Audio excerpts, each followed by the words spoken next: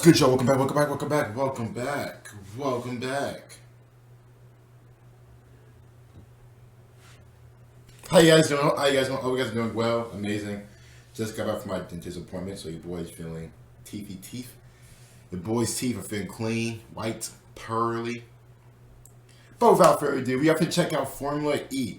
Now, we have came across Formula E before when we went over like the fastest Formula cars. We know about F1, F2, F3, Formula E, and the rest. But I don't think we really got introduced to Formula E. I don't think I really got introduced to Formula E. So I'm very, very looking forward to it. First thing first, you guys already know. How you guys doing? Hope you guys are doing well. Amazing, wonderful. I did see some of you guys' comments over yesterday. I did see a lot of Red Bull and Mercedes, which I'm not surprised about. I think that's a lot of people's top three choices. I see some Alpine, some Ferrari, Mercedes. McLaren. I'm pretty high on Ferrari. But anyway, let's go and get started. Man. Season 5 of Formula E starts this weekend. As the series has been given a revamp with the introduction of a new Gen 2 car and a twiddle with the rules, now seems as good a time as any to give an introduction to this fun and extremely curious racing series. There are some that seem to have a reactive distaste to Formula E, as they approach it from a Formula 1 mindset and see just slower cars and hear the absence of that petrol-y growl. But Formula E is a whole different game and plays out in a whole different way, going out of its way to bring new ideas to the table. Let's start with the cars. Everybody uses the same Gen 2 chassis, which is designed to be stylish and streamlined. The wheels are covered to massively reduce the way spinning wheels can throw chaos and inefficiency into the airflow around the car. There's no real rear or front wing, only minor elements instead. Now remember, the power delivery from electric engines is constantly being developed and pushed forward, so in order to get the most out of these cutting-edge power units, these cars need to be as slippery as possible. Instead, the cars have massive diffusers, focusing more on capturing downforce from the underfloor. This means the cars are much less sensitive to dirty air and can run with noses much closer to tails than their Formula 1 cousins. This is useful as they're often competing on tight, twisty circuits without the acres of open runoffs seen in other sports. In these scenarios, it also helps that the cars don't have those traditional single-seater front wings, as the races tend to be full of a bit of pushing and shoving between the barriers, and you certainly don't want your nose popping off on lap 1. The electric power units are capped at a maximum power output of 250 kilowatts, which is about the equivalent of 335 brake horsepower. Okay, so it's is that like a battery pack? Like, no, I mean, I ain't trying to sound stupid or anything, but like, they got a max power delivery of 251 kilowatts. So like you said, I'm guessing that gets filled up before every race.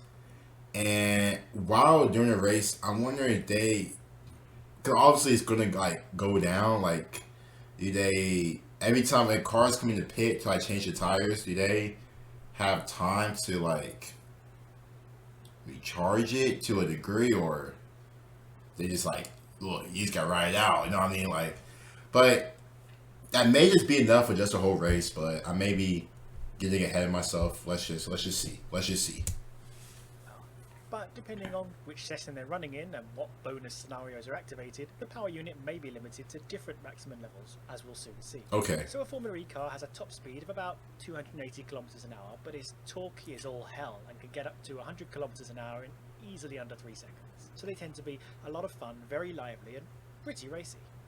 So say you fancy watching a Formula E race to find out what it's all about. How does this... I wouldn't even know where to even watch one. Like, I don't see it on ESPN. Yeah. all work then? What would you expect to see when you tune in? Well, a Formula E event is run across a single day. Sometimes there'll be a double header when 2 races are run back to back in the same city one day after the other, but each day is treated as a separate event. A driver can only use 2 full sets of tyres across the event. There are no wet and dry tyres, just the one type of treaded Michelin tyre to cover all weather types, except like ice or a blizzard or, like a monsoon. That's interesting. Those conditions haven't come up yet. Really It'll start interesting. with a couple of practice sessions, a 45-minute first practice and a 30-minute second practice. The cars can run at the full 250 kilowatts throughout these practices. Okay. We then move to qualifying. Qualifying is run in a grouped format with the drivers arranged into 4 groups of 5 or 6, defined by their championship position, or for race 1, their previous year's championship position. Drivers can also use all 250 kilowatts of power in this session. The whole session lasts an hour, and the groups go out one at a time, with each group getting just 6 minutes to set the fastest lap time possible. Once each group session has been completed and all the times have been set, everyone from P7 downwards has their times locked in and their grid positions set. The top 6, however, get to continue on to the Super Pole Shootout. This is basically a 6-person, single-lap qualifying event with each driver going out in turn to set a fastest lap. These times will set up the top 6 on the grid, and the driver who gets pole position also gets a handy 3 points towards their championship. I like that. I like that. I like that too. I personally like that. Now the groups, you know what I mean? I'll just do one at a time. I don't really care about the groups personally. But I do like this little super pole shootout, in which that basically means like qualifying, like, yeah, like once you're under like, you know, P7 and up, you might as well just get ready for the race. You know what I mean? But when you get that top 6, oh yeah, you know what I mean? You still got a chance to get P1 plus 3 points. Who don't like 3 points? You know what I mean? So I do like the idea of the super pole shootout. I don't think F1 does that, but I don't know. Let me know if you guys would like to see a super pole shootout in F1. I don't think it does happen, but would y'all like to see that in F1? Next comes the race. As the cars don't want to waste energy and are designed such that they don't need to warm up the parts and tyres to a certain optimum temperature, there is no warm-up lap. Instead, the cars line up a little way back from the grid and simply drive to their slots to start the race. Interestingly, the races are time limited. What? Instead of the drivers having to complete a set number of laps to finish the races are capped at 45 minutes, plus 1 lap. So when the 45 minutes are up, the first driver to cross the line starts the final lap and the race to the checkered flag. The interesting part here is that the teams go into the race unsure of exactly how many laps and therefore what the total distance of a race will be. I mean, they'll have a decent idea, but say if the lap times are about 1.5 minutes, you can squeeze in 30 laps plus that extra lap. But if the race runs slightly faster than expected, the race may run for 1 more lap. This could mean a couple more miles of race distance, and in a race where you're managing your battery power, this could certainly throw a few drivers for a loop.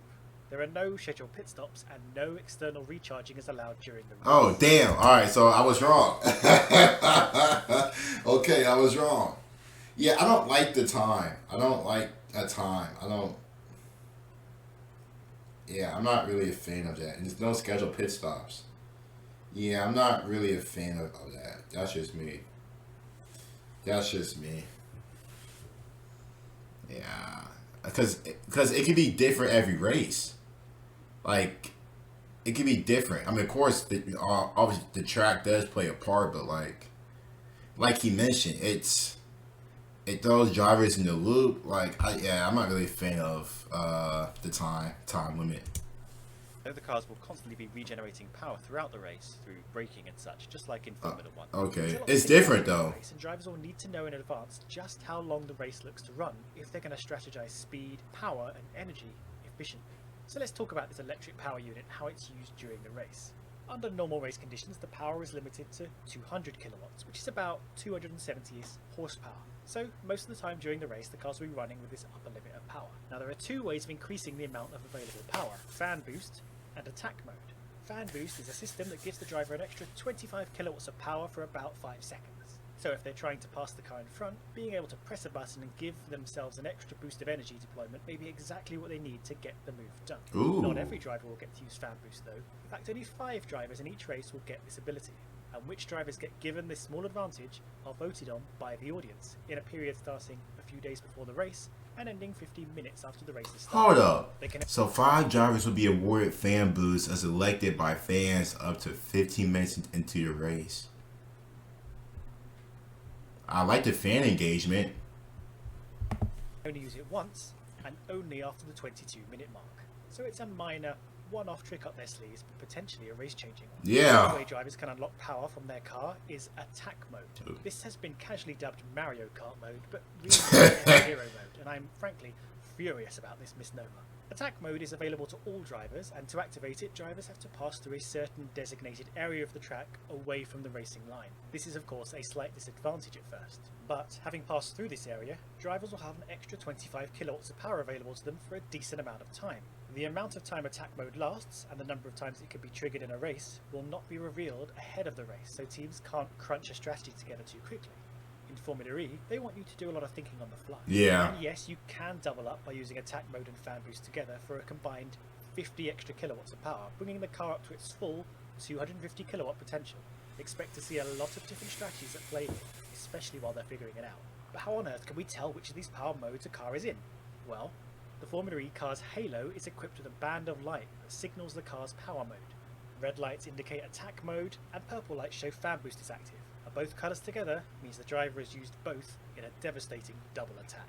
At the race finish, drivers are awarded the standard amount of FIA points as seen in F1 and plenty of other series. Okay. And on top of this, the driver with the fastest lap who finished inside the top 10 will get an extra point. Okay.